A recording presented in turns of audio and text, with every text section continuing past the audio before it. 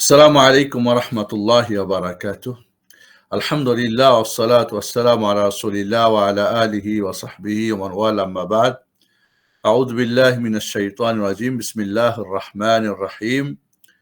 ওয়া লাহুন্না মিসলুল লাযী আলাইহিন্না বিল মা'রুফ।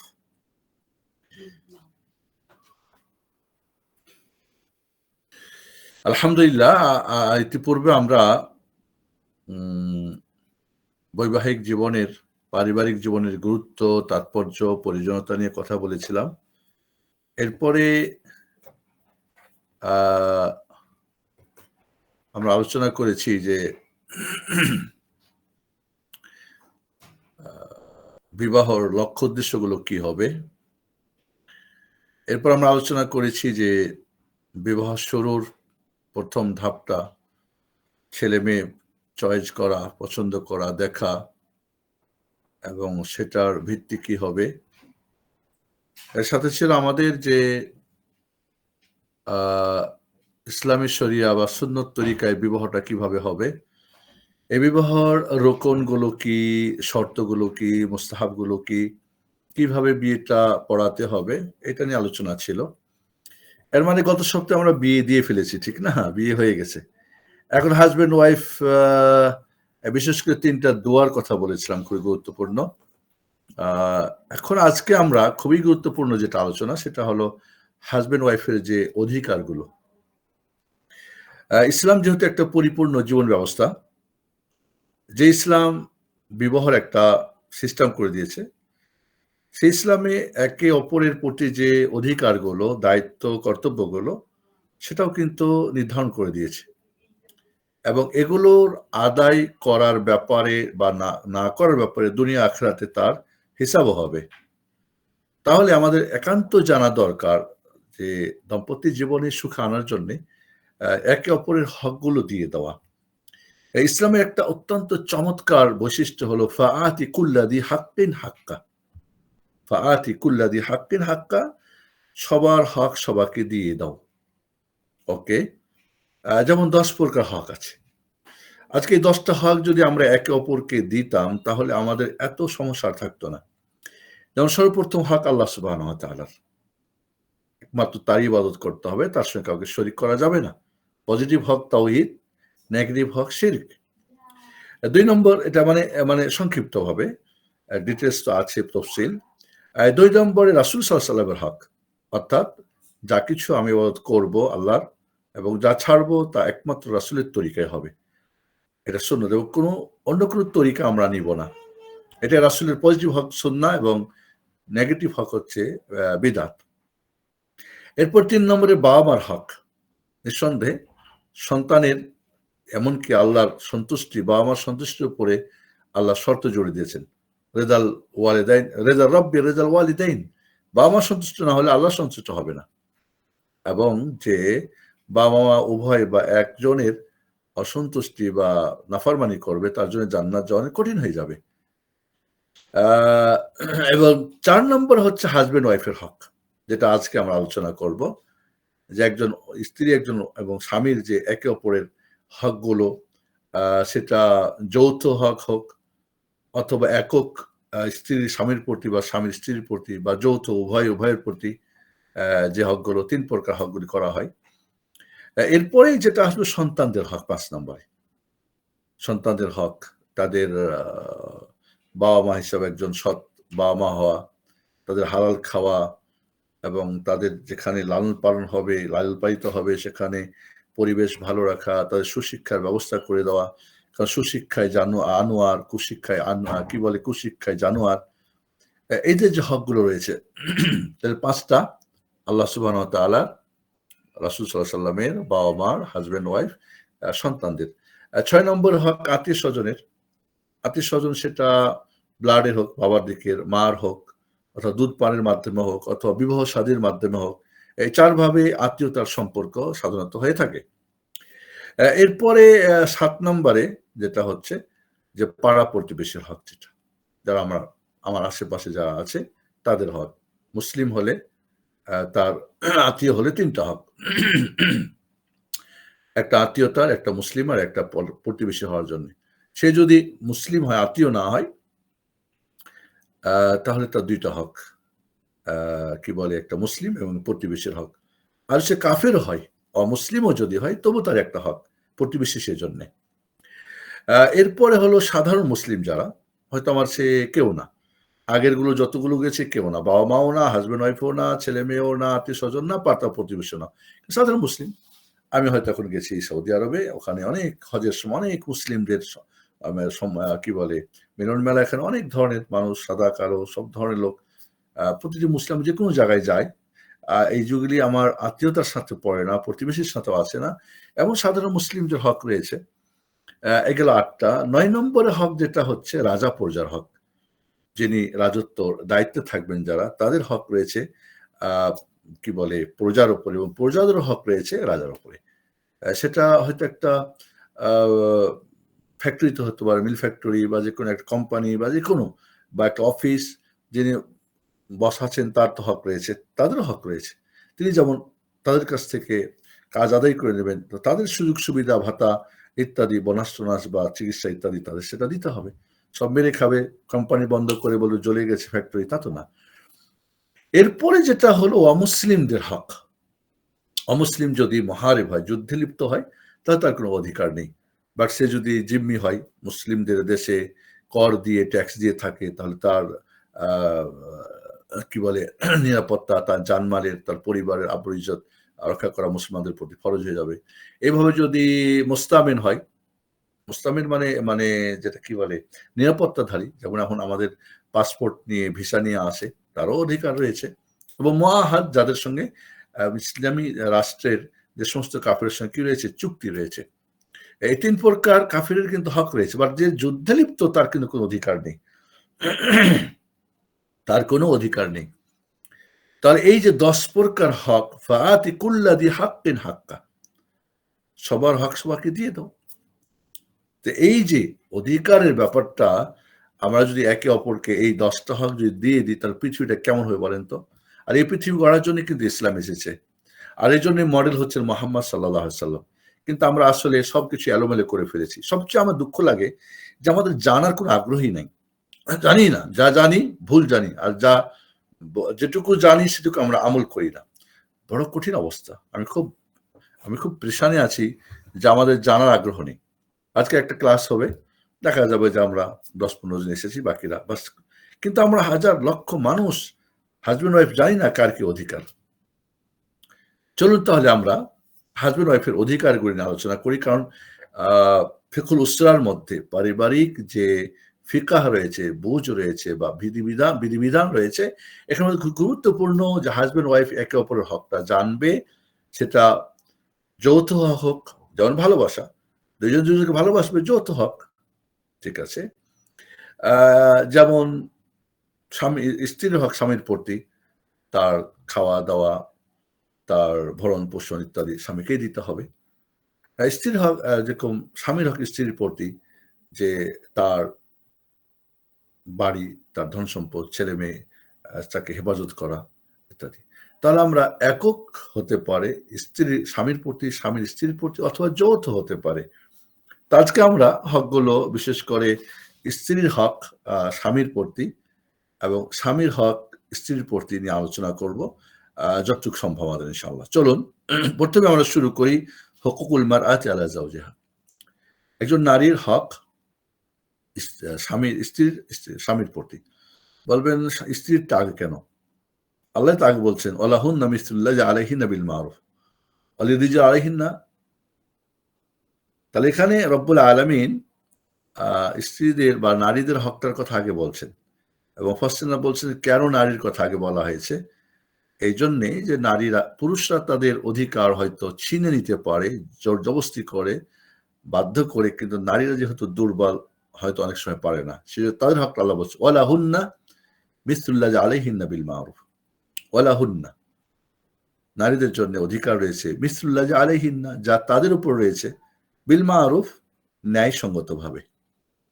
কোনো জুলুম, অত্যাচার বা কোনো আ অন্যায়ভাবে না। উত্তম সুন্দর আদর্শের মাধ্যমে নারীর হক রয়েছে, যেমন পুরুষদের হক নারীদের প্রতি রয়েছে। চলুন আমরা এখানে হকগুলো নিয়ে আলোচনা করি। আ যে স্ত্রীর হক স্বামীর প্রতি কি, কি? প্রথম হক হচ্ছে কি আল মাহার, মহরানা যেটা আমরা বলি। আল্লাহ বলছেন ওয়াতুন নিসা সাদাকাতিহিন্না নিহলা, সূরা নিসার 4 নম্বর আয়াতে আল্লাহ বলছেন তোমরা নারীদের সাদাকাতিহিন্না মানে তাদের যে মোহর নেহলা তোমরা তাদেরকে দিয়ে দাও। নেহলা বলা হয় আনন্দে, কোনো জবরদস্তি না, এটা কিন্তু তোমাদের প্রাপ্যতা, যেটা ফরজ, এই অধিকারটা তাদের ফরজ অধিকার। আল্লাহ সূরা নিসার 24 নম্বর আয়াতে বলছেন ফামাস্তামতাআতুম বিহি মিনহুন্না ফাআতুহুন্না উজুরহুন্না ফরিদা, তাদের থেকে তোমরা বিনোদন, তাদের থেকে আনন্দ করবে, সেক্ষেত্রে তাদেরকে তাদের হক দিয়ে দাও ফরিদা, ফরজ হিসাবে। এটা আল্লাহ বলছেন ওয়াতুহুন্না উজুরাহুন্না, তাদের যে প্রাপ্য সেটা তাদেরকে দিয়ে দাও, সূরা নিসার 25 নম্বর আয়াতে বলছেন। তাহলে বোঝা গেল এখানে যে মহরানা যেটা আজকাল আমাদের ছালচতুরি করা হয় বা বাকির নামে ফাঁকি করে দেওয়া হয়, 10 লাখ টাকা দিয়েছে হয়তো 50,000 বা 10,000, 15,000 বা 1 লাখ, আর বাকিটা বাকির নামে ফাঁকি। নো, যেটা নির্ধারণ করা হবে এবং যেটার উপরে ইজাব কবুল হবে সেটা দিতেই হবে। এই জন্য আল্লাহ নবী আলাইহিস সালাতু ওয়াস সালাম তিনি তার কোনো বিবাহ স্ত্রীকে তিনি বিবাহ করেন নাই এবং কারো বিয়ে দেন নাই কি ছাড়া, কোনো মোহর ছাড়া। রাসূল সাল্লাম বলেন মান আতা ফি সিদাকি ইমরাআতিন মিলআ কাফাইহি সাওয়িকান আও তামরান ফাকাদ ইস্তাহাল্লা। রাসূল সাল্লাল্লাহু আলাইহি ওয়াসাল্লাম বলছেন যখন কোনো মানুষ তার স্ত্রীর মহরানা দিবে, হয়তো 2 হাত ভরে ছাতু দিয়ে দেয়, যদি একসময় ছাতু খেত মানুষ, বা খেজুর দিয়ে দেয়, এর মাধ্যমে তার কি হবে, তার জন্য তার স্ত্রী হালাল হয়ে যাবে। এই জন্য আল্লাহ নবী আলাইহিস সালামের কাছে যখন একজন বিয়ের যে পয়গামের কথা, তখন বলেন ইলতামিস ওয়ালাউ খাতাম মিন হাদিদ। আগের হাদিসটা আবু দাউদের 2110 নম্বর হাদিস। আর দ্বিতীয় হাদিস যেটা ইলতামিস ওয়ালাউ খাতামান মিন হাদিদ, তুমি একটা লোহার আংটি হলেও তালাশ করো যা দিয়ে তুমি বিয়ে করবে। তো বেচারা ওটাও পেল না। তখন রাসূল বলে হাল মাআকা মিনাল কোরআনি শাই, তুমি কোরআনের কিছু জানো? বলে নাম সূরাতু কাযা ওয়া কাযা, ও এই সূরাগুলো আমি পারি। ফাকাল নবী সাল্লাল্লাহু আলাইহি ওয়াসাল্লাম জাওয়াজতুকাহা বিমা মাআকা মিনাল কোরআন, তোমার সাথে যে কোরআন আছে এই কোরআন শিক্ষা দিবে আর এর বিনিময়ে তোমাকে বিবাহ দিয়ে দিলাম। এই জন্য কোরআন পড়িয়ে অর্থ নেওয়া জায়েজ আছে। এই যে মোহরানা হয়ে গেল, যে শর্ত করে কেউ যে আমি নিব না তাহলে জায়েজ নাই নেওয়ার, কিন্তু শর্ত ছাড়া কন্ট্রাক্ট করে বা না করে দিলে সেটা নেওয়া জায়েজ রয়েছে। তাহলে কোরআনের কিছু সূরা স্ত্রীকে শিখিয়ে দেবে, এটার উপরে মোহরানা আল্লাহ নবী বিয়ে দিলেন। যেটা বুখারী মুসলিম হাদিস, বুখারীর 5029 নম্বর হাদিস এবং মুসলিমের 1425 নম্বর হাদিস। ঠিক আছে?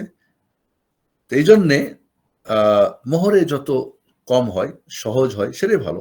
রাসূল সাল্লাল্লাহু আলাইহি ওয়াসাল্লাম বলছেন ইন্না আ'দামান নিকাহি বারাকাতান আইসারুহু মুউনা, যে বিবাহতে যত খরচ কম, কষ্ট কম, সেই বিবাহটাই কি বরকতপূর্ণ। আ'দামুন নিকাহ বারাকা, সবচেয়ে বেশি বারাকা হবে। মোহর অনেক বড় করে ধরলেন, দিলেন না বা দিলেও না, বরং এটা আপনি মোহর বড় করে না দিয়ে বরং তার বাকি জীবনের খরচগুলি যেন বড় করে দিতে পারেন, সেটা অবশ্যই দিতে হবে। এজন্যে এই হাদিসটি ইমাম আহমদ বর্ণনা করেছেন, 24,529 নম্বর হাদিস। ওমর ইবনে খাত্তাব রাদিয়াল্লাহু বলতেন আলা লা তুগালু ফিল মুহুর, এই তোমরা মোহর বাড়াবে না। ফাইন্নাহা লাউ কানাত মাকরামা ফিদ দুনিয়া আও তাকওয়া ইনদাল্লাহ কানা আওলাকুম বিহা নবী সাল্লাল্লাহু আলাইহি ওয়াসাল্লাম। এটা যদি খুব সম্মানজনকের বিষয় হতো দুনিয়াতে বা আখিরাতে তাকওয়া, আল্লাহর কাছে তাকওয়া হিসাবে, তো এটা আল্লাহর নবী সবচেয়ে বেশি করে করতেন। মা আসদাকা রাসূলুল্লাহ সাল্লাল্লাহু আলাইহি ওয়াসাল্লাম ইমরাআতান মিন নিসাই ওয়ালা আসদাকা ইমরাআতান মিন বানাতি আকতারা মিন 12 উকিয়া। আল্লাহ নবী আলাইহিস সালাতু ওয়াস সালাম তার স্ত্রীদের বা মেয়েদের 12 উকিয়ার বেশি তিনি কি করেন নাই, মোহর দেন নাই। ওয়াল উকিয়াতু 40 দিরহামান মিন ফিদ্দা, উকিয়া হলো 40 দিরহাম। 1 দিরহাম যদি, 1 দিরহাম পরিমাণ কত হয়? 1 দিরহাম সম্ভবত হয় 250 গ্রাম। তো যদি 1 দিরহাম 250 গ্রাম হয়, যদি ধরি আমরা 1 দিরহাম 250 গ্রাম, তাহলে 40 কে আমরা যদি গুণ দিই 2.5, তাহলে হয় 100। 100 এক, মানে 1 উকিয়াতে হচ্ছে 100 দিরহাম। না, ভুল করলাম। হ্যাঁ, কি বলে ১০০ গ্রাম। এখন এটাকে যদি আমরা ১২ দিয়ে গুণ দিই, ১২ তাহলে হচ্ছে ১২০০। ১২০০ গ্রাম হচ্ছে।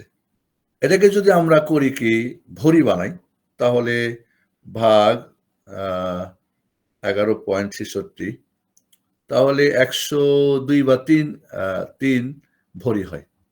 ১ ভরি যদি আমরা করি, ১ ভরি সরি আ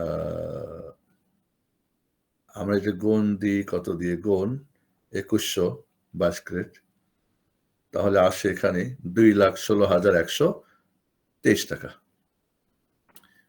২,০০,০০০ যদি আমি এইভাবে হিসাব করি, দিরহামটা যদি আমরা ২.৫ গ্রাম করে ধরি এবং ২২ ক্যারেটে যদি আমরা কি করি রূপা ধরি।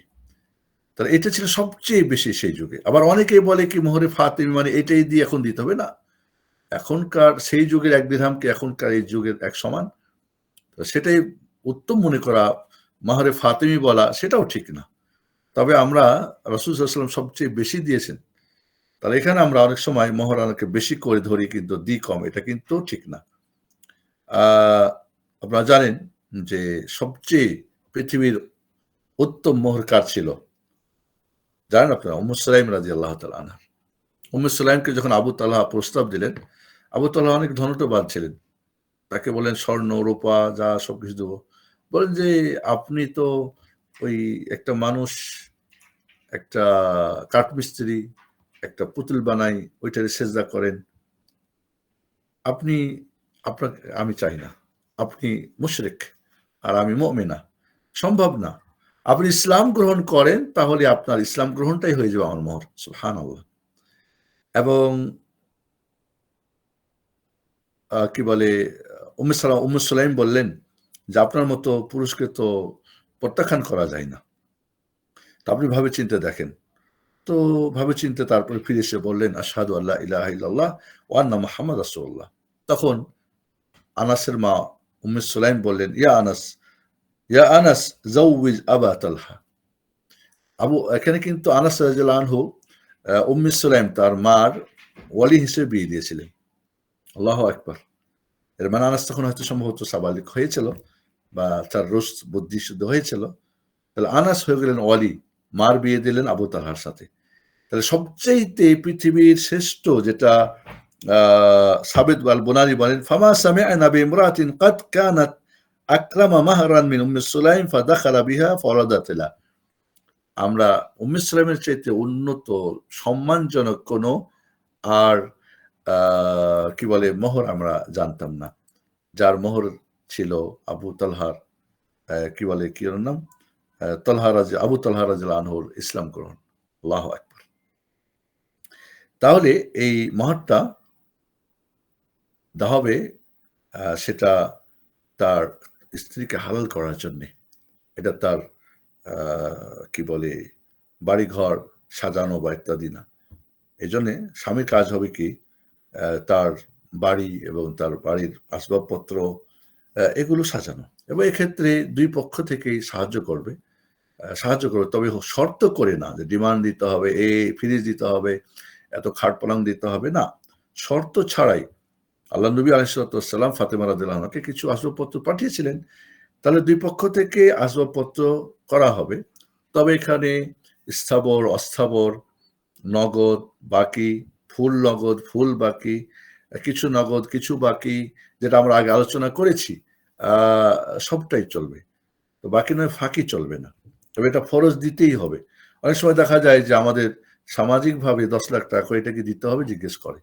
এবং অনেক সময় দেখা যায় যে ১ম রাত্রেই মাফ চাই। এটা এটা কাপুরুষদের কাজ। সেটা যেটা দিতে পারবে সম্ভবপর সেটা। হ্যাঁ, যদি মোহর নির্ধারণ করা না হয় তবে কিন্তু মোহর দিতেই হবে। তাহলে একটা ফরজ জিনিস নিয়ে আমাদের দেশে দেখা যায় টানাহেঁচড়া করে বা সামাজিকতা সেখানে ঢুকে পড়ে। এটা কখনোই চলবে না। তাহলে মোহর ১ নম্বরে স্ত্রীর হক স্বামীর প্রতি। ২ নম্বরে নাফাকা। তার স্ত্রীর খাওয়া, পড়া এবং থাকার ব্যবস্থা করা। এটা হাসব্যান্ডের দায়িত্ব স্ত্রীর জন্যে। আল্লাহ বলছেন, "ওয়াল মাউলুদি লাহু রিজকুহুন্না।" অর্থাৎ সন্তানের বাবার প্রতি সন্তানের মার খাওয়ার দায়িত্ব, ওয়াকিসওয়াতুহুন্না এবং তার কাপড় চোপড়ের দায়িত্ব, বিল মারুফ, বিল মারুফ যেটা যে সমাজে যেটা চলে, যে ধরনের গ্রামে হয়তো একটা পোশাক আশাক হতে পারে, শহর আরেক ধরনের হতে পারে, এক দেশ থেকে আরেক দেশে ভিন্ন হতে পারে। আল্লাহ বলছে লা তুকাল্লাফু নাফসুন ইল্লা উসআহা, কাউকে সাধ্যের উপরে চাপিয়ে দেওয়া যাবে না, না বেশি বাড়াবাড়ি আর না বেশি ছাড়াছাড়ি, যেটা মধ্যম পন্থা সেটা হতে হবে। আর রিজালু কাওয়ামুনা আলা নিসা বিমা ফাদ্দালাল্লাহু বা'দাহুম আলা বা'দ ওয়া বিমা আনফাকু মিন আমওয়ালিহিম ওয়া বিমা আনফাকু মিন আমওয়ালিহিম। তাহলে পুরুষদেরকে নারীদের প্রতি যে ফজিলত দেওয়া হয়েছে, প্রাধান্য দেওয়া হয়েছে, কেন? যে তারা তাদের অর্থ থেকে স্ত্রীর জন্য খরচ করে, সূরা নিসার 34 নম্বর আয়াত। তাহলে আল্লাহ বলছেন আসকিনুহুন্না মিন হাইসু সাকানতুম মিন উজদিকুম ওয়া লা তুদাররুহুন্না লিতুদাইয়িকু আলাইহিন্না ওয়া ইন কুননা উলাত হামলিন ফাআনফিকু আলাইহিন্না হাত্তা ইয়াদা'না হামলাহুন, সূরা তালাকের 6 নম্বর আয়াত। তাহলে আসকিনুহুন্না মিন হাইসু সাকানতুম মিন উজদিকুম, তোমরা যেখানে সাকান, যেখানে বসবাস করো, যে তোমার আবাসন, সেই আবাসন তাদের জন্য ব্যবস্থা করতে হবে। আল্লাহ বলছেন লিউনফিক যু সাআতিন মিন সাআতিহি, যারা সচ্ছল তার সচ্ছল থেকে তা খরচ করবে। ওমান কুদিরা আলাইহি রিজকুহু ফালিউনফিক মিম্মা আতাহুল্লাহ, আর যার হয়তো সংকট আছে সে যৎসম্ভব সেখান থেকে সে খরচ করবে। লা ইউকাল্লিফুল্লাহু নাফসান ইল্লা উসআহা, আল্লাহ রাব্বুল আলামিন সাধ্যের উপরে কাউকে বাড়িয়ে দেন না, চাপিয়ে দেন না, সূরা তালাকের 7 নম্বর আয়াত।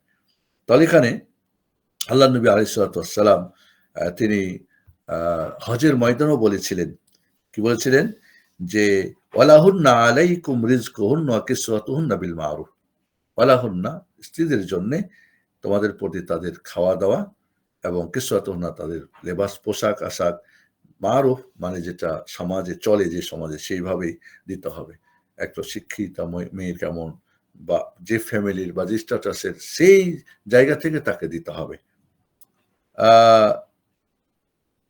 তাহলে যদি আপনি না দেয়, কোনো স্বামী যদি স্ত্রীকে না দেয়, তার না জেনেও নিতে পারবে। যে আবু সুফিয়ান রাদিয়াল্লাহু আনহুর স্ত্রী যখন এসে বললেন যে আমার স্বামী আবু সুফিয়ান বখিল মানুষ, আমার এবং আমার সন্তানদের যা প্রয়োজন তা দেয় না, তা আমি কি তাকে না জেনে নিতে পারবো? রাসূল বললেন খুদি মা ইয়াকফিকি ওয়া ওয়ালাদাকি বিল মারুফ, তোমার এবং তোমার সন্তানের জন্য যা যথেষ্ট নিতে পারবে বিল মারুফ, মানে ন্যায়সঙ্গতভাবে, বেশি নিবে না, আবার যা ইচ্ছা তাই নিবে তা।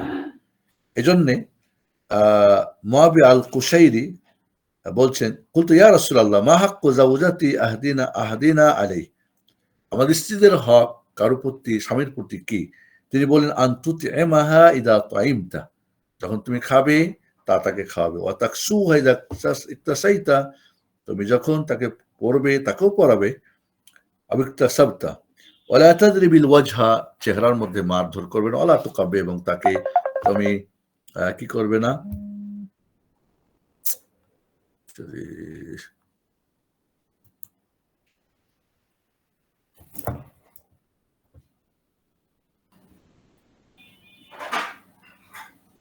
Sound clear?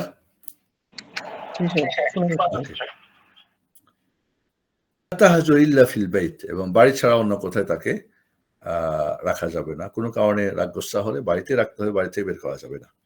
তাহলে এখানে একজন স্বামীর প্রতি স্ত্রীর যে অবস্থা ভেদে তার খাওয়া দাওয়া, তার থাকা, তার পোশাক আশাক তাকে দিতে হবে, এবং এটা হক, তার স্ত্রীর হক। এখানে মনে রাখতে হবে যে শরীয়তের বন্ধন যদি শরীয়ত অনুযায়ী বিবাহ শাদী হয়, তখনই তার প্রতি এটা জরুরি হবে। স্ত্রী যদি হাজবেন্ডের সাথে থাকে এবং তার দায় দায়িত্ব পালন করে, তখনই পাবে। যদি সে অবাধ্য হয়, তখন কিন্তু সে এই হকগুলি পাবে না, হকগুলি পাবে না। স্ত্রীকে অবশ্যই হাজবেন্ডের আনুগত্য করতে হবে। অতএব সে যদি তার আনুগত্য না করে, সেক্ষেত্রে কিন্তু সে হক পাবে না। এখানে আমি কিছু সংক্ষেপ করে দিই। বাড়িটা কেমন হবে বা থাকার জায়গাটা, প্রথমত হাজবেন্ডের যে সামর্থ্য সে অনুযায়ী হবে। ওয়াইফের হয়তো সামর্থ্য অনেক বেশি বা বড়লোকের মেয়ে, সেই জন্য না। হাজবেন্ডের যেটুক তার আয় উপার্জন আছে অতটুকুই, এবং আলাদা যেন বাড়ি হয়, একটা আলাদা, আমার অনেক সময় যৌথ ফ্যামিলি বা একসঙ্গে ঝামেলা হয়, আলাদা হতে হবে। ৩ নম্বরে সেটা অবশ্যই ফার্নিচার বা যা দরকার সেটা হতে হবে। এবং সেই বসবাসের জায়গাটা যেন আ আ পরিবেশটা যেন কি হয় নিরাপত্তা হয়। অর্থাৎ পরিবেশের যে লোকজন আশেপাশে তারা যেন ভালো প্রতিবেশী হয়। এগুলো কিন্তু শর্ত তার বাড়িটা যেখানে তার নির্বাচন করবে। যেখানে সেখানে করতে পারবে না। এখানে যদি আ স্বামী না থাকে আ সেক্ষেত্রে কি পাবে না পাবে ডিটেইলস আমরা এখন যাচ্ছি না। আ এটা অনেক গুলো রয়েছে, কথা রয়েছে। যে হাসব্যান্ড হয়তো অনুপস্থিত। সে যে অনুপস্থিত এমন জায়গায় থাকে, কাছাকাছি এবং স্ত্রীর হক পাঠাচ্ছে না, তাহলে স্ত্রী আ কোর্টে যাবে এবং কোর্ট তাকে বাধ্য করবে। বাধ্য না হলে তাকে তার বিবাহ বিচ্ছেদ করে দিবে। এই ধরনের বেশ কিছু এখানে মাসলা আছে যে যদি হক না দেয় তাহলে স্ত্রী বা সে হয়তো আ নিরুদ্দেশ হয়ে গেছে, পাওয়া যাচ্ছে না। তখন কতদিন আ থাকবে? যুদ্ধের ক্ষেত্রে যদি হয়তো ১ বছর পরে আ যুদ্ধক্ষেত্রে তাকে পাওয়া যাচ্ছে না। ১ বছর পরে সে আ বিবাহ বিচ্ছেদ করবে এবং সে ইদ্যত পালন করে এরপরে সে অন্য জায়গায় বিয়ে করতে পারবে। আর যদি বাইরে হয় তাহলে ৪ বছর। এগুলি বেশ কিছু মাসাইল আছে যে কখন আ হাসব্যান্ডকে অবশ্যই তার এই যে খরচাদি, তার ভরণ-পোষণ যেটাকে বলি আমরা, তার পোশাক, তার খাওয়া-দাওয়া, তার বাসস্থান এগুলি হাসব্যান্ডের দায়িত্ব স্ত্রীর জন্য। ৩ নম্বরে উত্তম ব্যবহার করা। এটা কিন্তু হাসব্যান্ডের প্রতি ফরজ এবং এটা স্ত্রীর হক। আল্লাহ বলছেন, "ওয়াশিরহুন্না বিল মা'রুফ।" স্ত্রীদের সাথে তোমরা উত্তম ব্যবহার করো। ফাইন কারিহতুমুহুন্না, তোমরা যদি কোনো কারণে কিছু অপছন্দ করো, ফাআসা আন তাকরাহু শাইয়্যা, সম্ভবত তোমরা কিছু অপছন্দ করো। ওয়াজআলাল্লাহু ফিহি খাইরান কাসীরা, এর মধ্যে হয়তো কি রয়েছে? কল্যাণ রয়েছে। হতে পারে দেখতে সুন্দর না, কিন্তু সে পরহেজগার। হতে পারে সে হয়তো 100% না, কিন্তু তার মাশাআল্লাহ সন্তান প্রতিপালনে, তার হেফাজতে সবকিছুতে ব্যাপারে অনেক ভালো। পাক-শাকে ভালো। অনেক সময় হয় না? একটা মন্দ হলে আরেকটা। এইজন্য রাসূল বলছেন যে, "আকমালুল মুমিনি ঈমান আহসানুহুম খুলুকা।" সবচেয়ে উত্তম মুমিন হচ্ছে, পরিপূর্ণ মুমিন হচ্ছে যার তার চরিত্র উত্তম। ওয়া খায়রুকুম লিনিসাই, আর তোমাদের মধ্যে সর্বোত্তম উত্তম হচ্ছে সে যে তার স্ত্রীর কাছে উত্তম। তাহলে রাসূল বলছেন আরো লা ইয়াফরাক মুমিনুন মুমিনা, কোন মুমিন অর্থাৎ স্বামী স্ত্রীকে যেন ত্যাগ না করে, তাকে যেন ঘৃণা না করে। কারণ ইনকারিহা মিনহা খুলুকান, কোন একটা ব্যবহারে যদি সে অসন্তুষ্ট হয়, রাদিয়া মিনহা আখার, অন্য একটা সে সুন্দর। এমন না কোন মানুষ যে তার সবই খারাপ, এটা হতেই পারে না। আমাদের একটা আছে, একটা খারাপ হলে সবকিছুকে আমরা খারাপ ধরে বসে থাকি। এটা বড় অন্যায়। এমন কোন মানুষ নেই যার মধ্যে ভালো আর মন্দ নেই। অবশ্যই ভালো-মন্দ। হয়তো দেখতে অনেক সুন্দরী, ব্যবহারটা খারাপ। তবে দেখতে সুন্দর, সেটাই সন্তুষ্টি। সেটা হয়তো ভালো লাগে। অথবা দেখতেও সুন্দর কিন্তু ব্যবহার খুবই ভালো। এই মনে রাখতে হবে যে এক এমন কোন মানুষ নেই যার মধ্যে সবই খারাপ বা এমন এমন কিছু মানুষের সবই ভালো। ভালো-মন্দ মিলেই মানুষ। রাসূলুল্লাহ সাল্লাল্লাহু আলাইহি ওয়াসাল্লাম বললেন, "ওয়াস্তাউসু বিন-নিসা ফাইন্নাল মারআতা খুলিকাত মিন দিলা।" তোমরা নারীদের ব্যাপারে ভালো উপদেশ দিবে তাদেরকে। সবসময় নসিহা করবে। কারণ মনে রাখবা যে নারীদের কিন্তু বাঁকাহাটি থেকে সৃষ্টি করা হয়েছে।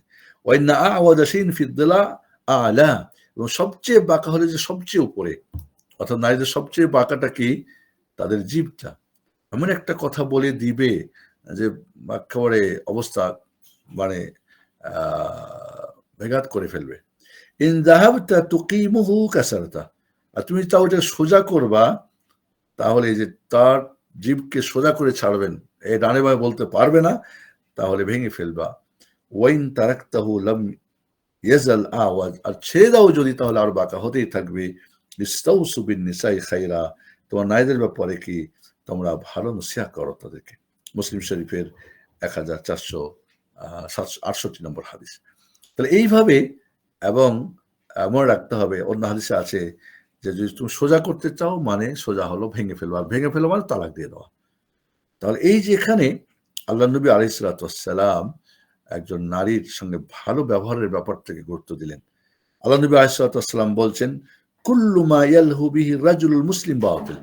যে সমস্ত বেহুদা কাজ করে মানুষ, অপ্রয়োজনের কাজ করে, যেটা হয়তো কোনো মূল্য নাই, কোনো ফিডব্যাক নাই, সেটা কিন্তু বাতিল। ইল্লা রামিহু বিকাউসিহি ওয়া তা'দিবাহু ফারাসা ওয়া মুলাআবাতাহু আহলা ফাইন্নাহুন্না মিনাল হক। কিন্তু কেউ যদি তীর নিক্ষেপ করে, ট্রেনিং দেয়, এবং কেউ যদি তার ঘোড়াকে আদব দেয়, মানে প্রশিক্ষণ দেয়, আর সে তার পরিবারের সঙ্গে খেলাধুলা করে, ফাইন্নাহুন্না মিনাল হক, এগুলি কিন্তু সত্য। যে তিরমিজি শরীফের 1637 নম্বর হাদিস। তাহলে আমরা এখানে স্ত্রীর সঙ্গে ভালো ব্যবহারের ব্যাপারটা খুবই গুরুত্বপূর্ণ।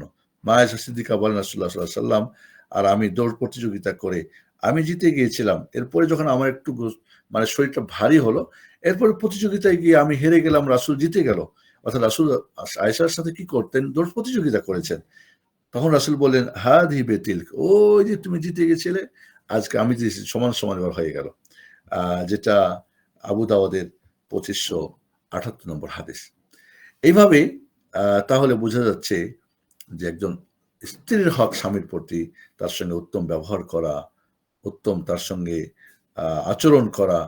হ্যাঁ, এই জন্য আল্লাহ নবী আলাইহিস সালাতু ওয়াস সালাম যেটা মৃত্যুর প্রাক্কালে যে ওসিয়ত ছিল, আসসালাহ আসসালাম ওয়া মালাকাত আইমানুকুম, সালাহ সালাহ, এবং তোমরা যার মালিক হয়ে গেছো, ওয়াখাযনা মিনকুম মিসাকান গালিযা, স্ত্রীদের, দাসদাসীদের প্রতি তোমরা সদয় হবে, তাদের সঙ্গে ভালো ব্যবহার করবে। রাসূল বলেন, খাইরুকুম খাইরুকুম লিআহলি ওয়া আনা খাইরুকুম লিআহলি, তোমাদের মধ্যে সর্বোত্তম ওই ব্যক্তি যে তার পরিবারের কাছে উত্তম, আমি রাসূল আমার পরিবারের কাছে উত্তম, যেটা তিরমিজির 3895 হাদিস এবং ইবনে মাজার 1977 নম্বর হাদিস। তাহলে এই যে আল্লাহর নবী আলাইহিস সালাম বললেন, আলা উখবিরুকুম বিআহলিন নার, জাহান্নামীদের কথা বলবো না?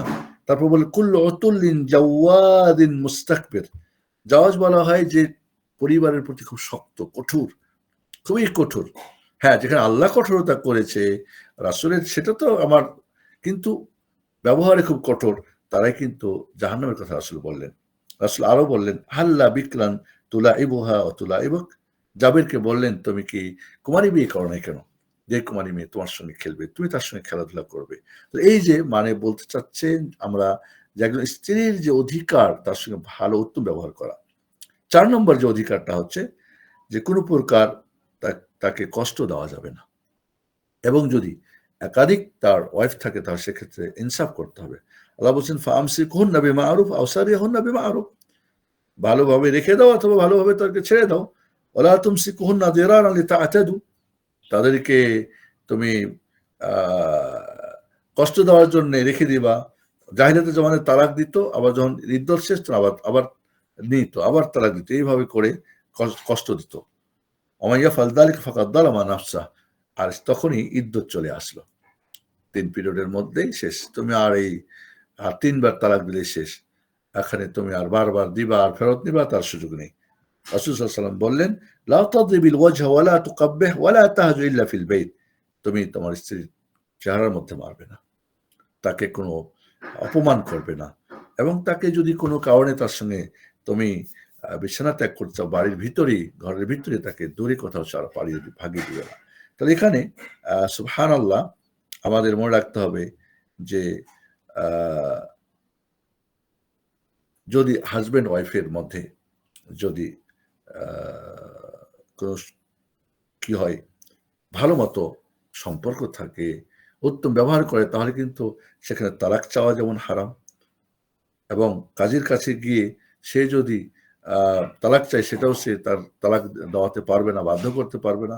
হ্যাঁ, যদি এমন হয় যে কষ্ট দেওয়া হচ্ছে এবং যার মাধ্যমে স্ত্রী তার স্বামীর সাথে ঘর সংসার করতে ক্ষতিগ্রস্ত হচ্ছে, এবং কাজী সাহেব বা বিচারক তাদের মধ্যে ফয়সালাও করতে পারছেন না, তখন তাদের বিবাহ বিচ্ছেদের ব্যাপারটা ফয়সালা করবে। এরপরে যেটা হলো 5 নম্বর, যে একজন স্ত্রীর দিনের হেফাজত করতে হবে। একজন স্বামীর দায়িত্ব হলো, যদি কোনো বিষয় না জানে স্ত্রী, তাকে জানাতে হবে, তাকে আল্লাহর আনুগত্যের ব্যাপারে সাহায্য করতে হবে। কোনো দিনের ব্যাপারে না বুঝলে, ইবাদত ঠিক মতো না করতে পারলে তাকে শেখাতে হবে এবং সাহায্য করতে হবে। তার আখলাক ঠিক নাই, ক্যারেক্টার ঠিক নাই, ক্যারেক্টার ঠিক করতে হবে, তার আকীদা নষ্ট, আকীদা ঠিক করতে হবে, মুআমালাত ভালো না, মুআমালাত শিখাতে হবে, সে যেন পর্দা করে, লজ্জা শরম করে, এগুলি স্বামীর দায়িত্ব। ইয়া আইয়ুহাল্লাযীনা আমানু কু আনফুসাকুম ওয়া আহলিকুম নারা, হে মুমিনরা তোমরা নিজেকে এবং পরিবারকে তোমরা জাহান্নামের আগুন থেকে বাঁচাও। আর এইভাবেই একজন স্বামীর দায়িত্ব হলো তার স্ত্রীর, তার দিনকে হেফাজত করা, তার তার শরীর হেফাজত করা, এবং তার যে সমস্ত বিষয় জানে না তাকে জানানো, এবং ইবাদতে করার তাকে সাহায্য করা, এগুলি তার দায়িত্ব। আলা কুল্লুকুম রাইন ওয়া কুল্লুকুম মাসউলুন আন রাইয়াতি, সবাই তোমরা দায়িত্বশীল, সবাইকে দায়িত্ব সম্পর্কে জিজ্ঞেস করা হবে। হ্যাঁ, যেটা বুখারী মুসলিমের হাদিস। রাসূল বলেন, রাহিমাল্লাহু রাজুলান কামা মিনাল লাইলি ফাসাল্লা ওয়া আইকাযা আহলা ইমরাতা ফাসাল্লাত, ওই ব্যক্তির প্রতি আল্লাহ দয়া করুন যে রাত্রে কিয়ামুল লাইলের জন্য উঠলো, এরপর তার স্ত্রীকেও উঠালো। ফাইনাবাত রাশা ফি ওয়াজহিহাল মা, সে উঠতে চাচ্ছে না, তো তার চেহারার মধ্যে পানির ছিটা দিয়ে তাকে উঠালো। রাহিমাল্লাহু ইমরাতান কামাত মিনাল লাইল ফাসাল্লাত ওয়া আইকাযাত যাওজাহা ফাসাল্লা ফাইনাবা রাশাত ফি ওয়াজহিহি আল মা। রাসূল বলেন, ওই নারীর প্রতি আল্লাহ দয়া করুন যে নারী রাত্রে উঠলো কিয়ামুল লাইলের জন্য, তার স্বামীকে জাগছে না, চোখের মধ্যে, তার চেহারার মধ্যে পানি ছিটিয়ে তাকে উঠিয়ে কি করলো, জাগালো। আল্লাহু আকবার। তাহলে এখানে বোঝা যাচ্ছে কিয়ামুল লাইল একটা নফল ইবাদত, সেক্ষেত্রে একে অপরকে সাহায্য করা। হাদিসটা আবু দাউদ বর্ণনা করেছেন 1308 নম্বর হাদিস, এবং নাসাই 1610 নম্বর হাদিস, ইবনে মাজাহ 1336 নম্বর হাদিস। তাহলে এই যে সহযোগিতা করা, এটা খুবই গুরুত্বপূর্ণ। এই জন্য আল্লাহ এখানে বলছেন, ঠিক এইভাবে যদি স্ত্রীর জাকাত থাকে, জাকাত বের করে দেওয়া, তার আত্মীয় স্বজনের সঙ্গে সম্পর্ক যেন না কাটে সেটা সম্পর্ক রাখতে বলা, এবং মসজিদে যদি যেতে চায় জ্ঞান অর্জনের জন্য সেখানে যেতে দেওয়া। লা তামনু ইমা আল্লাহ মাসাজিদ আল্লাহ, তোমরা তোমাদের স্ত্রীদেরকে আল্লাহর ঘরে যেতে চাইলে আল্লাহ মসজিদে তাকে নিষেধ করো না, তবে অবশ্যই ওয়ালিয়াকুন লিয়াখরুজনা ওয়া হুন্না তাফিলাত, তবে সাজগোজ করে যাবে না, পর্দা করে, হিজাব করে, নিরাপত্তা থাকে যেন, এবং ফিতনা মুক্ত হয়, হাজবেন্ডের অনুমতি নিয়ে যেতে হবে। তাহলে বোঝা যাচ্ছে এখানে যে স্ত্রীর প্রতি সদয় হওয়া, তার কি প্রয়োজন, কি সমস্যা, ক্ষতিকর কিছু যেন না থাকে, ক্ষতিটাকে বন্ধ করা, তার জন্য অসুস্থ হলে চিকিৎসা করা। অনেকে দেখা যায় যে অসুস্থ হলে, আমি শুনেছি যে, আমি নাম বলছি না, কোনো একটা এলাকার কথা আমাকে বলছেন, কোনো একটা ডিস্ট্রিক্টের কথা বা এলাকার কথা, যে অসুস্থ হলে নাকি ওই ওয়াইফকে শ্বশুর বাড়ি পাঠিয়ে দেবে, এখানে খাটবে খুটবে যা কিছু করবে সব পুরা বংশের পাকশাক করবে, পুরো পরিবারের। অসুস্থ হবে তার নাকি পাঠিয়ে দিবে তার বাপের বাড়ি, বাপ মা তাহলে ভাইয়ের বাড়ি। কত বড় জুলুম একটা! হ্যাঁ, সমস্ত দায়িত্ব হাজবেন্ডের। এখন বিবাহের পরে হাজবেন্ডের হক বেশি বা আমার চাইতে। জি। 6 নম্বর হাক্কুল ফিরাস, মনে রাখতে হবে যে স্ত্রীর হক রয়েছে, তার শারীরিক হক যেটা। অফিবদি আহাদিকুম সাদাকা, তোমাদের যে হাজবেন্ড ওয়াইফের যে হকের মধ্যে একটা হলো তাদের যে তার শারীরিক হক পূরণ করা, সেটা একটা সাদাকা, সেটা একটা নেকির কাজ। সাহাবায়ে বকর বললেন, ইয়া রাসূলুল্লাহ ইয়াতি আহাদুনা শাহওয়াতা ওয়া ইয়াকুল লাহু ফিহা আজর, কেউ তার চাহিদা পূর্ণ করবে আর এটা তার জন্য কি সওয়াব হবে? রাসূল বললেন, আরাআইতুম লাও ওয়াদাআ ফি হারাম আকান আলাইহি ফিহা ওয়িজর, সে যদি হারামে এটা চর্চা করতো তার কি পাপ হতো না? হতো। ফাকাযালিকা ইযা ওয়াদাআ ফিল হালাল কানা লাহু আজর, যদি সেটা বৈধভাবে করেছে সেজন্য তার জন্য এটা কি হবে? আজর হবে, নেকি হবে। তাহলে এভাবে ওমর ইবনে খাত্তাব রাদিয়াল্লাহু আনহুর কাছে একজন মহিলা এসে বললেন, আমি আমার স্বামীর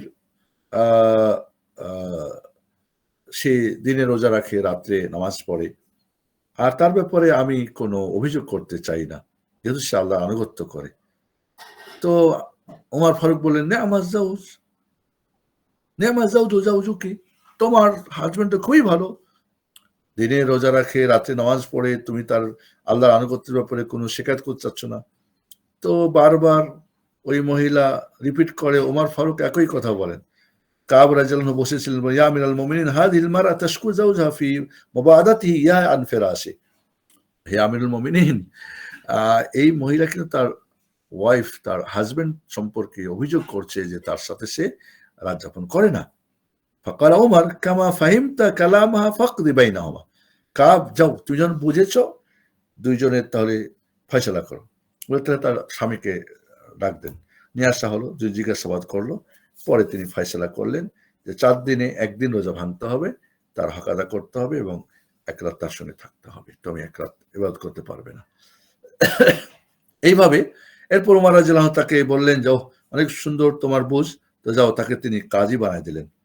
হ্যাঁ, ইযহাব ফাকাদ ওয়াল্লাইতুকা কাদা আল বাসরা, বাসরার তিনি কি করলেন, তাকে কাজী, জাস্টিস বানায় দিলেন, যাও, যেহেতু তুমি একটা ভালো বোঝো ব্যাপারটা। তার এই যে তার এই অধিকারটাও দিতে হবে। 7 নম্বর হলো গায়রাতুর রাজুলিল মাহমুদাতু আলা ইমরাতিহি লিয়াহফাযাহা মিনাল ফিতান। ঈর্ষান্বিত হতে হবে, ঈর্ষা থাকতে হবে পুরুষের, তাকে যেন ফিতনা থেকে হেফাজত করতে পারে, পরকীয়া থেকে হেফাজত করতে পারে। আল্লাহ রাব্বুল আলামিন তিনি ঈর্ষা রয়েছে তার, তাই জন্য তিনি হারামগুলিকে, ফাওয়াহিশ যেগুলি নোংরাকে তিনি হারাম করে দিয়েছেন। তার আল্লাহ সবচাইতে বেশি ঈর্ষা, তার ঈর্ষা রয়েছে। এরপর রাসূলের এবং মুমিনদেরও থাকা উচিত কোনোভাবেই তার স্ত্রী যাতে করে তার আখলাক চরিত্র নষ্ট না হয়, সে ব্যাপারটা অবশ্যই খেয়াল রাখতে হবে, অবশ্যই খেয়াল রাখতে হবে। তাহলে সে যাতে করে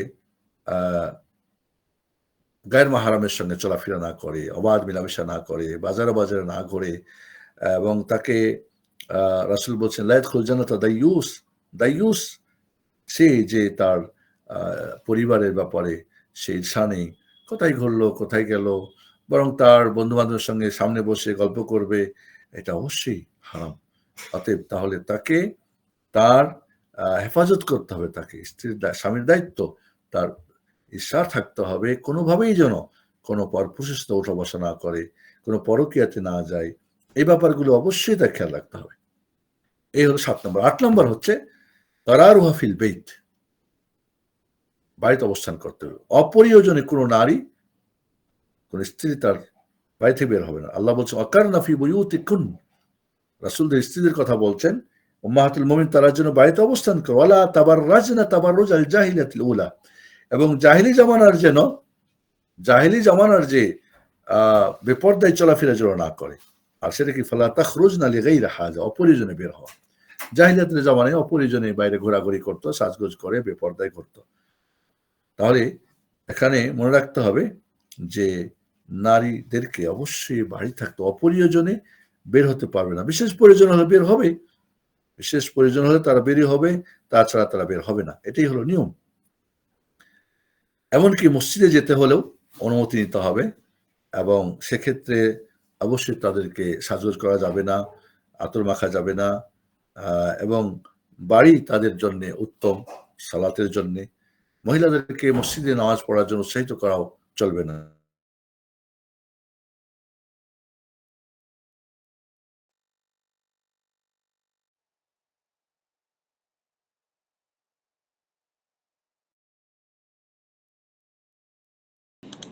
তাহলে মনে রাখতে হবে যে রাসূল সাল্লাল্লাহু আলাইহি ওয়াসাল্লাম বলছেন আল মারআতু আওরা ওয়া ইন্না ইযা খারাজাত ইস্তাশরাফাহা শাইতান, নারীর আওরা, অর্থাৎ নারীকে অবশ্যই পর্দা করতে হবে।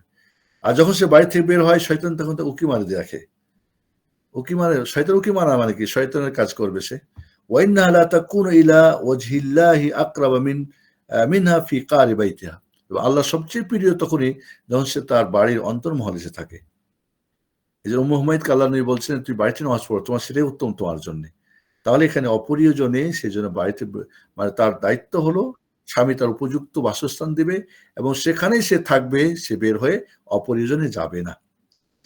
৯ নম্বর হলো যে কোনোভাবেই স্বামী স্ত্রীকে তার পরিবারের সঙ্গে যোগাযোগ করতে বন্ধ করবে না। অবশ্যই তার বাবা-মা, আত্মীয়স্বজনের সাথে তার সম্পর্ক রাখতে দিতে হবে। এটা তার অধিকার স্বামীর প্রতি। অনেক হয়তো ডিমান্ড দেয় না, অনেক হয়তো ৯-৬ কিছু সমস্যা, এইজন্য আর ও খবরদার তুমি যাবে না। তুমি তোমার বাপের বাড়ি যাও, তুমি তালাক। তুমি যদি যাও তাহলে অমুক, তমুক। এই ধরনের কথা বলা যাবে না। ফাহাল আসাইতুম ইন তাওয়াল্লাইতুম আন তুফসিদু ফিল আরদ ওয়া তুকাত্তিউ আরহামাকুম। অনেকে আছে এরকম, বহু বছর ধরে স্ত্রীকে বাবা-মার কাছে যেতে দিচ্ছে না, ভাইয়ের বাড়ি যেতে দিচ্ছে না, বোনের বাড়ি যেতে দিচ্ছে না। হ্যাঁ, যদি সেখানে কোনো ফিতনা হয়, সেখানে শিরিক করে, বিদআত করে, সেখানে বেপরদা চলে, তারা সেখানে বেহায়াপনা আছে, শরীয়তের যদি গণ্ডি ব্যাপারটা হয় তাহলে আলাদা। কিন্তু নরমালি দুনিয়ার কোনো লেনদেনের কারণে সম্পর্ক ছিন্ন করা হবে তা হবে না, বরং স্ত্রীর হক স্বামীর প্রতি তার আত্মীয় স্বজনের বাড়িতে নিয়ে যাওয়া, দেখানো। অনেকেই দেখা যায় বিশেষ করে উল্টাটা, যে হাজবেন্ডকে যেতে দিচ্ছে না তার মা বাবার কাছে তার ওয়াইফ। লাউযুবিল্লাহ, এটাও আসবে, যে হাজবেন্ড ওয়াইফ স্ত্রীর উপরে কি, সেটাও আমরা আলোচনা করব। এরপরে যেটা স্ত্রীর হক স্বামীর প্রতি, যে অনেক লম্বা সময় স্ত্রী থেকে সে বাইরে থাকবে না। ওমর রাদিয়াল্লাহু তাআলা আনহু রাত্রিবেলা এক মহিলাকে দেখলেন ছাদের উপরে গান গাচ্ছে। তো ওমর রাদিয়াল্লাহু আনহু বললেন, তুমি কি কিছু, কেন এটা করছো? বলে, আপনি না আমার স্বামীকে পাঠিয়ে দিয়েছেন যুদ্ধে, সৈনিক, আমি বহুদিন থেকে আমার স্বামী আমার কাছে নেই। তো আল্লাহর রাসূল সাল্লাল্লাহু আলাইহি ওয়াসাল্লাম স্ত্রী হাফসা রাদিয়াল্লাহু আনহা, যেটা ওমরের মেয়ে রাদিয়াল্লাহু আনহু, তার কাছে রাত্রে গিয়ে বললেন, মা তুমি বলো যে একজন স্ত্রী তার স্বামী ছাড়া কদিন থাকতে পারে? তো তিনি মাথা নিচু করে লজ্জা করে কি বললেন, ১, ২, ৩, ৪, কোন বর্ণনা আছে ৫ এবং ৬ পর্যন্ত তিনি বললেন। এবং তিনি তখন কি করলেন, তিনি ওই রাত্রে বসে তিনি সমস্ত গভর্নরের কাছে চিঠি লিখলেন। ফাকাতাবা ওমরু আল্লা তুহবাসা জুয়ুসু ফাওকা ৪ আশহুর। ৪ মাসের বেশি যেন কোনো সৈনিককে বা কোনো কর্মচারীকে তার পরিবার থেকে না রাখা হয়। ৪ মাসের মধ্যে যেন ফিরে যায়। কোনো বর্ণনা আছে ৫ এবং ৬ এর কথাও আছে। এবং এইভাবে দেখা গেল যে, এবং তিনি বললেন যে, ওই মহিলাকে বললেন, তুমি অপেক্ষা করো, সবর করো, আমি কালকেই তোমার চিঠি পাঠিয়ে দেবো, তোমার হাসব্যান্ড হাজির হবে ইনশাআল্লাহ। আল্লাহু আকবার। এরকম শাসক যদি আমাদের হতো তাহলে কতই না ভালো হতো। আর সেই শাসক তৈরি হবে কোত্থেকে? এই ভোট দিয়ে আর নোট দিয়ে? ভোট নোট দিয়ে হবে না, কখনোই হবে না, অসম্ভব। সেটা হবে তাওহীদ দিয়ে, আকীদা দিয়ে, মানহাজ দিয়ে। জি। তাহলে এই যে অধিকার স্ত্রীর, যে তার স্বামী যেন লম্বা সময়, আজকাল দেখা যায় বিদেশ পাড়ি দিয়েছে ১ বছর ২ বছর, আমি এমনও জানি ১০ বছর পরে আসছে। লা হাওলা ওয়ালা কুওয়াতা ইল্লা বিল্লাহ। দুলাভাইকে নিয়ে গেছে, ফুফাতো ভাই, মামাতো ভাই, ছোট ভাই, আরো বেয়াক্কল খাটতেছে আর টাকা পাঠাচ্ছে এদিকে। এমনও দেখা গেছে যে সে ১০ বছর ধরে আসে না, তার স্ত্রী ঈদের দিন একটা নতুন শাড়ি পায় নাই। কয় তার স্বামী তো নাই, সে নতুন শাড়ি কি করবে? এই ধরনের আহাম্মক কিন্তু অনেক আছে। আবার অনেক আহাম্মক আছে এবং জিজ্ঞেস করে যে, আমার ওয়াইফকে কি আমি আলাদা করে টাকা দিতে পারবো? বাড়ি থেকে তো কিছু দেয় না। এমন আহাম্মকও জিজ্ঞেস করে। তার হক নাই তোমার প্রতি? অবশ্যই তার অর্থনৈতিক হক রয়েছে। তাকে দিতে হবে। সবকিছু দেওয়া না, কিন্তু তার প্রয়োজন তো দিবে।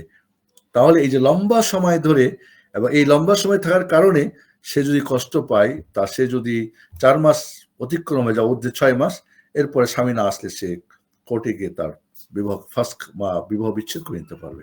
১ তালাক দিয়ে সে তালাক বায়না করে নিতে পারবে। এবং শেখ বিন বাজ রাহিমাহুল্লাহ বলছেন, তুমি যেরকম লম্বা সময় যাও, বউকে তালাক দিয়ে যাও, ১ তালাক দিয়ে চলে যাও। ফিরে যদি আসো আর সে থাকে, তাই সে আবার নতুন করে বিয়ে করে নিবা।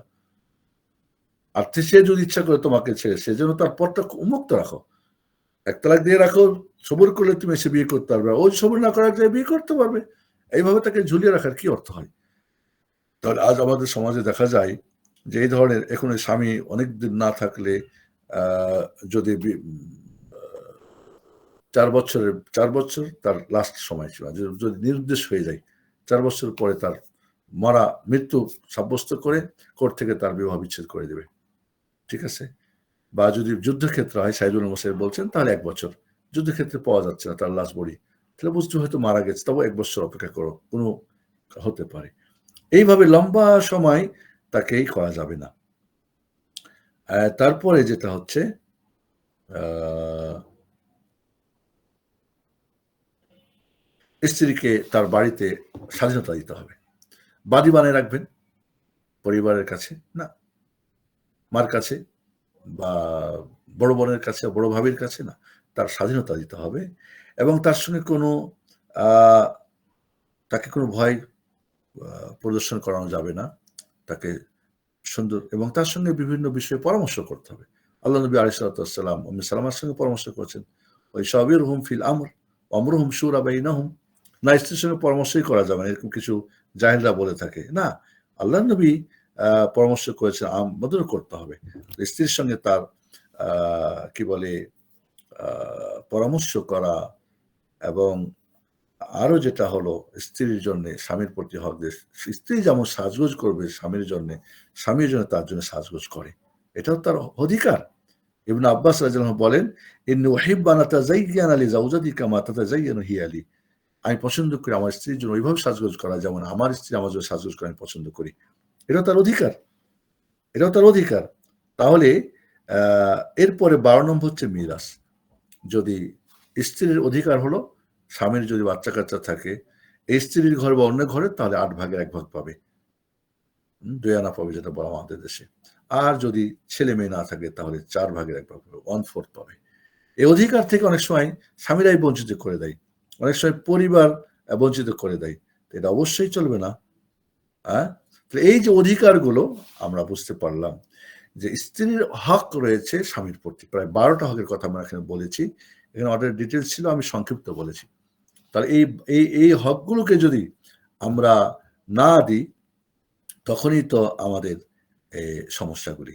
তাহলে এখানে আমাদের মনে রাখতে হবে যে ১ নম্বরে মোহর দিতে হবে, ২ নম্বরে তার খাওয়া, পড়া, বাসস্থান, লেবাস দিতে হবে। ৩ নম্বরে তার সঙ্গে ভালো ব্যবহার করতে হবে। ৪ নম্বরে তাকে কোনো কষ্ট দেওয়া যাবে না।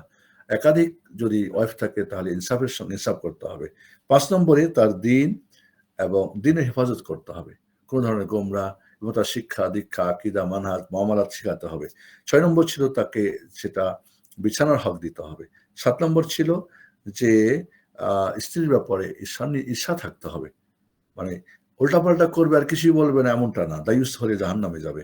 আর ৮ নম্বরে ছিল ৭ নম্বর ৮ নম্বর ছিল স্ত্রীর হকের তাকে তার বাড়িতেই থাকতে হবে। অপ্রয়োজনে বের হতে পারবে না। ৯ নম্বর ছিল যে তার আত্মীয়স্বজনের সঙ্গে সম্পর্ক ছিন্ন করা যাবে না, সম্পর্ক রাখতে দিতে হবে। ১০ নম্বর ছিল বেশি লম্বা সময় বিদেশে থাকা যাবে না, অনুপস্থিত থাকা যাবে না। ১১ নম্বর ছিল যে তাকে স্বাধীনতা দিতে হবে। তাকে কোনো ভয়ভীতিতে রাখা যাবে না, চাপে রাখা যাবে না এবং তার সঙ্গে পারিবারিক ব্যাপার, দিন-দুনিয়ার ব্যাপারে পরামর্শ করতে হবে। আর ১২ নম্বর ছিল তার মিরাস। আজকে মনে হয় আমার আ এই ১২ টা হক স্ত্রীর যদি আমরা দিই, তাহলে ওই স্ত্রীটা কেমন হয় বলেন তো? অবশ্যই সে সবকিছু জোগাড় করে দেবে। একটা তো মনে রাখতে হবে, একজন নারী তার বাবা-মা, ভাই-বোন, আত্মীয়স্বজন, তার পাড়া, প্রতিবেশী এবং যে পরিবেশে বড় হয়েছে লালিত-পালিত, যে ধরনের খাওয়া খেয়েছে, পান করেছে, যে ধরনের পোশাক-আশাক পড়েছে সবকিছুকে ছেড়ে দিয়ে একজন পুরুষের কাছে কেন আসে? এইজন্যে যে সবগুলি একজনের মাঝে বাবা-মার কাছে পেয়েছিল, এর চেয়ে আরো ভালো পাবে তার স্বামীর কাছে। মানুষ কোথায় যায় বলেন তো? মন্দ ছেড়ে কি মানুষ ভালো ছেড়ে কি মন্দতে যায়? না। ভালো ছেড়ে কি ভালোতে না, ভালোর চাইতে আরো ভালো জায়গাতে যেতে চায়। তারপরেও যদি একজন স্বামী তার এই অধিকারগুলি ঠিকমতো না দেয়, তখনই লাগে ঝামেলা। ইনশাআল্লাহ আমরা আগামী ক্লাসে স্বামীর যে হক রয়েছে, এখানে স্বামীর হক প্রায় ১১ টা, সেগুলো আমরা আলোচনা করব ইনশাআল্লাহ। আ রব্বুল আলামিন সেগুলো আ আমরা সংক্ষেপে হয়তো বলতে পারি। কারণ বিস্তারিত বলতে গেলে হয়তো আরেকটা ক্লাস করতে হবে। ১ নম্বরে হলো যে আ স্বামীর আনুগত্য করা। বাড়িতে অবস্থান করা, অপ্রয়োজনে বের না হওয়া। ২ নম্বরে স্বামীর সঙ্গে উত্তম ব্যবহার করা। ৩ নম্বরে কোথাও যেতে হলে আ যদি বাড়িতে কোনো মেহমান আসে স্বামীর অনুমতি নিতে হবে এবং নফল রোজা, দান সদকা, নফল সদকা করতে চাইলে তার অনুমতি নিতে হবে। আ স্বামীর সাথে স্বামীর ব্যাপারটাকে গুরুত্ব দেওয়া এবং হাসি-খুশি থাকা, তার জন্যে সাজগোজ করা এবং তার মন খুশি রাখার জন্যে যা কিছু করার শরীয়তসম্মত সেটা করা। আ ৭ নম্বরে আ না কই গেল গা? জি। ৫ নম্বরে স্বামীর খিদমত করা, যেটা শরীয়তসম্মত। ৬ নম্বরে স্বামী-স্ত্রীর কোনো গোপন তথ্য বাইরে প্রকাশ না করা। আ ৬ নম্বরে। ৭ নম্বরে হলো যে স্ত্রী সে নিজে এবং তার স্বামীর তার নিজেকে, নিজের সম্মান আবরুকে, তার সম্পদকে, তার ছেলে-মেয়েকে হেফাজত করা। এদের সুন্দর লালন-পালন করা, তরবিয়ত দেওয়া এবং একজন স্ত্রীর সবচেয়ে বড় অধিকার স্বামীর তার প্রতি তার সন্তানকে সুন্দর প্রতিপালন করা। ৮ নম্বরে হলো যে প্রিয়জনে, প্রিয়জনের স্বামীকে অর্থনৈতিকভাবে হেল্প করা। যাকাত দিয়ে হলো বা কোনো দান সদকা করে হলো জায়েজ রয়েছে। আর ৯ নম্বরে হলো যে আ স্বামীর পরিবারের সঙ্গে উত্তম ব্যবহার করা। ওখানে একটা পয়েন্ট ছুটে গেছিল। যে স্ত্রীর হক স্বামীর প্রতি, যে তার স্ত্রীর পরিবারের সাথে উত্তম ব্যবহার করা। অনেকেই কিন্তু আহ ইফরাত ও তাফরিত, বাড়াবাড়ি করে, ছাড়াছাড়ি। কিছু আছে কি অনেক বেশি করে, আবার কিছুই করে না। তো ঠিক স্বামীর পরিবারের মা, বিশেষ করে মা বাবা, তার আত্মীয় স্বজনের সঙ্গে উত্তম ব্যবহার করা। 10 নম্বরে যে স্ত্রী স্বামীর আইন কামের ওপরে খুশি থাকা এবং সেই অর্থ, টাকা পয়সা, সেটাকে সুন্দরভাবে পরিচালনা করা। বাপের বাড়ি পাচার করে দেওয়া বা চুরি করে নেওয়া বা লুকিয়ে রাখা বা এলোমেলো বা অলস বা এটাকে বেশি খরচ করে দেওয়া, এমনটা যেন না করে। আর 11 নম্বরে হলো যে স্বামীর বিরুদ্ধে অপ্রয়োজনে কোনো কাউরি কাছে শিকায়ত না করা, অভিযোগ না করা। অপ্রয়োজনে একটু হলেই অভিযোগ, মার কাছে ফোন ধরে দিল, বোনের কাছে ফোন ধরে দিল, এই করলো, এমনটা যেন না করা। তো এই অধিকারগুলো যদি আমরা চিন্তা করি, হাজব্যান্ড ওয়াইফ যদি একে অপরের যদি অধিকারগুলো আমরা আদায় করি, হাজব্যান্ডের অধিকারগুলো যদি আমরা বিস্তারিত জানতে চাই, তাহলে আগামী ক্লাসে আমরা আলোচনা করব।